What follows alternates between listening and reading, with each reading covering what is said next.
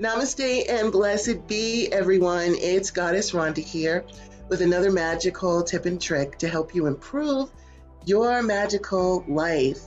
And so, if you can believe it already, we're at the end of January 2022, and Valentine's Day is a scant 2 weeks away. Can you believe that? So you go into the stores and it's full of hearts and flowers. They've doubled the prices on roses and stuffed animals and everything.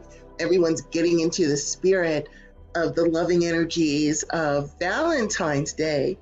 And a lot of you may have tried to do love spells, and for whatever reason, they just didn't work.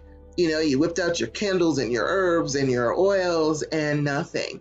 And so you may be thinking, oh, love spells don't work, but there's probably 3 reasons that one of them that you can pinpoint on that your love spell may not have worked. Because there are 3 main reasons that love spells don't work. And so the first reason is you may be targeting a specific person. And what happens with that is, you may have met this person and that your heart started fluttering and you're like, oh my goodness, this is the person for me. But that person did not reciprocate your affection for whatever their reason was. Well, if you decide to target that person anyway, what can happen is it can cause a conflict within your soul, depending on what type of person that you are. Because even though your heart may be willing to do anything to get this person into your life, your soul may be in conflict because it is a form of manipulation magic and binding magic.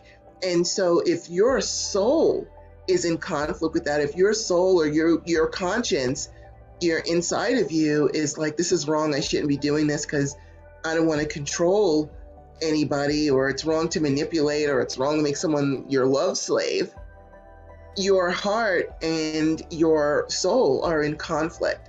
And then what you're putting into your candle is conflicted energy. And then that's what it's projecting out. And your candle, your herbs, whatever it is that you're using, doesn't have to be a candle, whatever modality you're using, conflicted magic spells don't work out very well because it doesn't know what to do. And so consciously, you may think, oh, I just have to have this person. But subconsciously, if you feel deep down that it's wrong to manipulate people, then it's not going to work out very well. Now, you may say, well, Goddess Rondi, I know people that do manipulation, love spells, and they got the person and it worked for them. Well, the thing with that is that person may not have had a conflict with it. They may think in their soul that it's perfectly fine to do this type of spell. And so since there's no conflict, the spell worked because it was just pure energy. I'm talking to those of you, and first, I'm not judging anybody who, whatever kind of love spells you do, manipulation, whatever it is, that's your business. It's none of my business. There's no judgment here. I am just explaining why those of you who may have that conflict, why your spells may not be working, because, there was something, I saw something on this Nicki Minaj thing, and she said, selfish people live longer, or something like that. And there's another saying that if you don't have a conscience, you can get further ahead in life because you have no conscience. And so if you're the type of person where that will weigh heavily on your conscience, it's not going to work very well. The other people who may have succeeded, in their minds, it may be fine and it doesn't bother them, so it worked. And again, there's no judgment here. So that's the first reason. The second reason it may not be working is because you never defined who it is or the type of person that you're looking for. I talk to a lot of people and they'll say, I just want someone who's nice to settle down with, who wants to settle down. Well, that's nice, but there's a lot of nice people in the world, so that makes a really big pool for the universe to try to pull from. And also, just because someone is nice doesn't mean that they're compatible with you. They may be nice, but their politics may not be compatible with yours. Their sexuality, or you just may not be sexually compatible or emotionally compatible. You may be very emotionally demonstrative and they're emotionally unavailable. Nice people, but emotionally unavailable. So you really need to define for the universe, who is it that you're looking for? What do they look like? What color is their hair? What color are their eyes? What are their politics? What are their hobbies? What is their sense of humor? Are they mentally compatible with me? Are they emotionally, spiritually, sexually compatible with me? What kind of job do they do? Where do they live? What's the location? That is so important. Do not forget the location, because I know someone who did this. They made the list, checked all the boxes, met this person who met all the boxes, but sadly they lived in a different country. And so that put the kibosh on it. So you do want to add in there where this person lives. If you're planning on moving to California in 3 months, then say they live there close to where you live. So you want to include that as well. You want them to be at least financially stable, not rich, but you don't want them, to be financially destitute, because if they're trying to get back up on their feet, they're not really going to have the time to put into the relationship, because they're rebuilding their lives. So keep that in mind too. And you can add to this list as it goes along, and you can use this as your magic love list that you can make the foundation of your love spells. Burn your candles on top of it with your oils, whatever it is your particular modality is. So that's the second thing. The third thing is you may not have a loving relationship with yourself. That is so important for you to do that. If you're feeling empty inside, or you don't feel good about yourself, and you think that having someone in your life is going to make you feel better about yourself or fulfill you in that way, that's really not that person's responsibility. That's something that you need to do before you even look for someone for several reasons. One, if you don't feel good about yourself and you're looking for someone else to come in and validate you, there are some really nasty people out there. There are narcissists and sociopaths and psychopaths out there that will target you because they know all they have to do is love bomb you for a while and tell you how fabulous you are, and then they've got you, and then they turn into Mr. Hyde. So you don't want to put that kind of energy out there anyway. Secondly, that kind of energy may make you settle for someone who's really not the best person for you, just because that person may be telling you you're pretty or whatever it is, but on other levels, they are not compatible with you. So you could bring in the wrong person.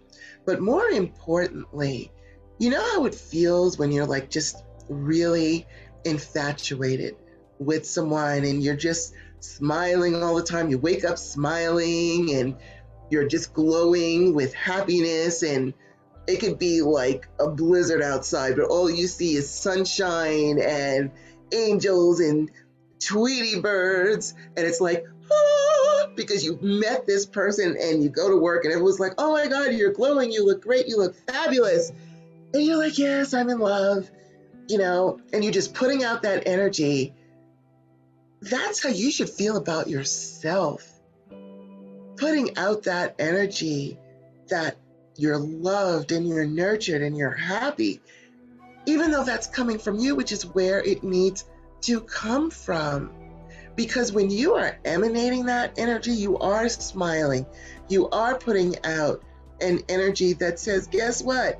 I'm already happy. So what are you going to do to make me happier?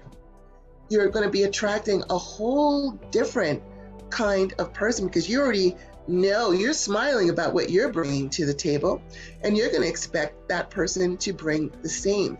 So it will make you hold out for someone who is worthy of you, because you have taken the time to recognize your own self-worth. Now, I know so many people that they never really think in those terms. You know, when I was growing up, you weren't allowed to even think in terms of being pretty and think then you were full of yourself, and it wasn't good. You know, I was raised to be very humble, and a lot of people back then were.